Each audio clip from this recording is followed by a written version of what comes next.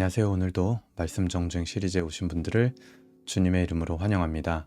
오늘은 사도행전 8장 이제 뒷부분 한번 묵상해 보려고 하는데요. 26절부터 40절까지 먼저 한번 읽어 보도록 하겠습니다. 사도행전 8장 26절부터입니다.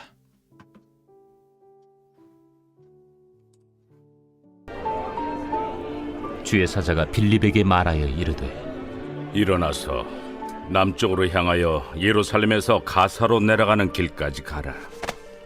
그 길은 광야라. 일어나 가서 보니 에디오피아 사람 곧 에디오피아 여왕 간다게의 모든 국고를 맡은 관리인 네시가 예배하러 예루살렘에 왔다가 돌아가는데 수레를 타고 선지자 이사야의 글을 읽더라. 성령이 빌립더러 이르시되 이 수레로 가까이 나아가라. 빌립이 달려가서 선지자 이사야의 글 읽는 것을 듣고 말하되 읽는 것을 깨닫느냐? 지도해 주는 사람이 없으니 어찌 깨달을 수 있느냐? 하고 빌립을 청하여 수레에 올라 같이 앉으라 하니라. 읽는 성경 구절은 이것이니 일러스되 그가 도살자에게로 가는 양과 같이 끌려갔고 털 깎는 자 앞에 있는 어린 양이 조용함과 같이 그의 입을 열지 아니하였도다. 그가 굴욕을 당했을 때 공정한 재판도 받지 못하였으니 누가 그의 세대를 말하리요? 그의 생명이 땅에서 빼앗김이로다. 하였거늘 그 내시가 빌립에게 말하되 청컨대 내가 묻노니 선지자가 이 말한 것이 누구를 가리킴이냐? 자기를 가리킴이냐? 타인을 가리킴이냐? 빌립이 입을 열어 이 글에서 시작하여 예수를 가르쳐 복음을 전하니 길 가다가 물 있는 곳에 이르러 그 내시가 말하되 보라, 물이 있으니 내가 세례를 받음에 무슨 거리낌이 있느냐? 이에 명하여 수레를 멈추고 빌립과 내시가 둘 다 물에 내려가 빌립이 세례를 베풀고 둘이 물에서 올라올새 주의 영이 빌립을 이끌어 간지라.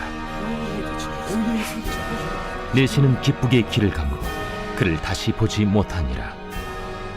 빌립은 아수도에 나타나 여러 성을 지나다니며 복음을 전하고 가이사라에 이르니라. 아멘. 오늘 8장 이제 뒷부분 우리가 26절부터 40절까지 한번 읽어봤는데요. 오늘 이제 묵상의 주된 내용은 빌립의 복음 전파입니다. 그래서 이 빌립이라는 사람은 사도행전 6장에서 세워졌던 7 집사 중에 한 사람이었죠. 그런데 오늘 등장하는 이 빌립의 모습을 보면 그 7 집사를 원래 세웠던 목적, 이제 손님 접대와 구제하는 일, 그러니까 교회 내부적인 일들, 그런 것들을 이제 잘 지혜롭게 처리하기 위해서 7 집사를 세웠었는데 오늘 빌립의 모습을 보니까 어떻습니까? 단순히 교회 내부의 일만 하는 사람이 아니라 마치 사도와 같이 복음을 전하는 사람으로 쓰임받는 모습이 나타나게 됩니다. 그리고 이전에 우리가 봤던 스데반도 마찬가지 복음을 전하는 사람으로 성경에 등장을 했죠. 그래서 하나님은요, 교회의 모든 자들을 통해서 복음을 증거하시길 원하신다 라는 것을 우리가 볼 수 있는 겁니다. 그 중에서도 이제 27절에 보게 되면 이 빌립이 이제 성령의 인도를 따라서 한 사람을 만나게 됩니다. 그 사람은 에디오피아 여왕 간다게의 국고를 맡은 관리인이었습니다. 당시에 이 왕은 신격화가 되어 있어서 행정 업무를 전혀 하지 않았다고 합니다. 그래서 행정 업무는 간다게 왕조라고 이름을 붙인 그 왕후가 했었다라고 해요. 그래서 그 왕후의 밑에서 국고, 나라의 이제 재정을 맡은 관리인을 이제 빌립이 만나게 되는 거죠. 그래서 이 관리인을 가만 보니까요, 예배하러 예루살렘에 왔었다라고 성경이 기록을 하고 있습니다. 그런 걸로 보아서 이 사람은 아마 하나님을 믿는 이방인이었던 것 같아요. 에디오피아 사람인데도 불구하고 하나님을 믿기 때문에 예루살렘에 예배를 하러 왔던 거죠. 그런데 한 가지, 선지자 이사야의 글을 보고 있었는데 그 가운데 이해하지 못하는 것이 있었어요. 그게 이제 32절에서 33절에 나오게 되는데 이런 구절이죠. 그가 도살자에게로 가는 양과 같이 끌려갔고 털 깎는 자 앞에 있는 어린 양이 조용한 같이 그의 입을 열지 아니하였도다. 그가 굴욕을 당했을 때 공정한 재판도 받지 못하였으니 누가 그의 세대를 말하리요. 그의 생명이 땅에서 빼앗김이로다 하였거늘. 요 이사야 9절. 이 9절에 나오는 여기 지금 말하고 있는 그 사람이 누구냐? 이게 선지자를 말하는 거냐? 아니면 다른 사람을 말하는 거냐? 이거를 지금 이해를 하질 못하고 있는 거예요. 그래서 그 말을 들은 빌립이 어떻게 합니까? 35절. 빌립이 입을 열어 이 글에서 시작하여 예수를 가르쳐 복음을 전하니. 방금 그 이해가 안 갔던 그 글에서부터 시작을 해가지고 누굴 전했다? 예수님을 전했다.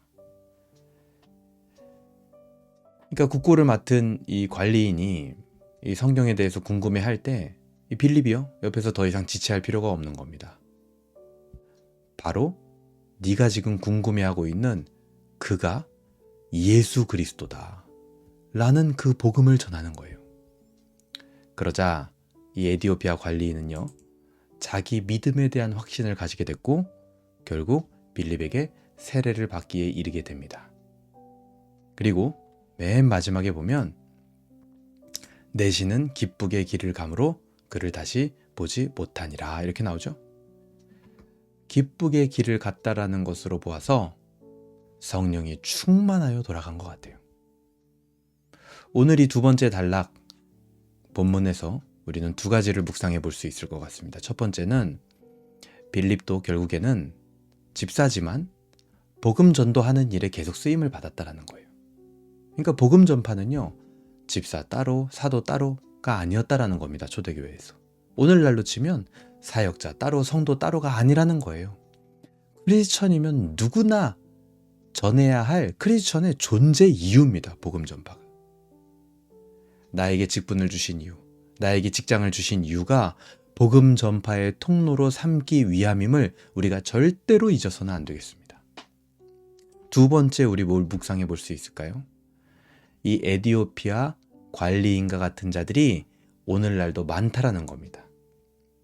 하나님을 믿고 경외하고 예배드리지만 예수 그리스도, 즉 복음이 무엇인지 아직 정확하게 알지 못하는 이들이 어디에도 있다고요? 교회 안에도 있다라는 거예요. 이 에디오피아 관리인도 예배드리러 예루살렘에 왔던 사람이잖아요. 교회 안에도 그런 사람들이 있을 수 있습니다. 32절에서 우리가 봤죠. 32절과 같이 예수 그리스도께서 이 모든 구원을 완성하시고 어린 양과 같이 끌려갔고 생명을 빼앗겼기 때문에 우리에게 놀라운 구원의 은혜가 임한 것임에도 불구하고 이 복음과 실질적인 복음적 삶이 연결이 안 되는 경우들이 많다라는 겁니다. 그게 바로 뭐냐면 이 에디오피아 관리인과 같은 깨닫지 못하는 모습과 같은 거예요. 우리가 생각하고 알고 있는 복음이 내 삶과 사고방식에 어떤 영향을 미치고 있습니까? 아니면 하나님을 알고 경외하지만 여전히 복음을 깨닫지 못하고 말씀을 읽을 때도 그냥 더듬더듬 듯이 읽고 있지는 않습니까? 우리는 성경이 바로 예수 그리스도를 가리키고 있음을 명확하게 선포해야 할 의무가 있습니다. 성경은 무엇을 해야 한다라는 윤리 교과서가 아니라 영혼의 구원이 예수 그리스도를 통해서 비로소 가능함을 알려주고 믿게 하는 진리입니다. 우리가 기독교인이라면 교회가 이래야 하고 저래야 한다. 크리스찬은 이래야 하고 저래야 한다. 라고 말하기 전에 성경에서 복음을 발견하고 그 예수 그리스도를 내가 만나고 있는지,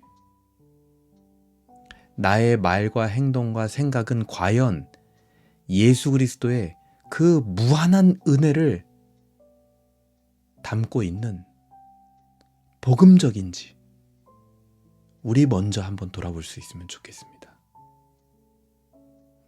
나는 무한한 용서로 은혜를 받았으나 다른 사람은 제한적인 용서로 마음의 걸림돌을 품지 말길 바랍니다.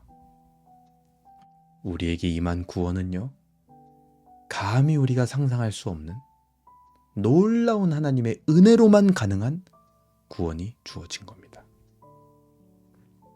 그 사실을 오늘 하루도 기억하면서 그 놀라운 기쁨의 소식인 복음을 우리도 빌립처럼 전하는 하루가 되길 바랍니다. 제가 기도하겠습니다. 하나님 아버지 감사합니다. 오늘 사도행전 8장 두 번째 단락 우리 묵상을 통하여서 다시 한번 이 에디오피아 관리인이 만나고 깨달은 복음이 무엇인지 우리가 생각하게 됩니다.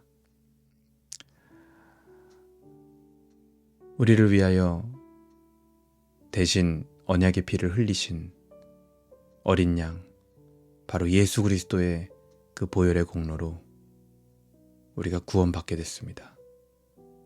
그 사실을 우리가 잊어버리지 않게 하여 주시옵소서.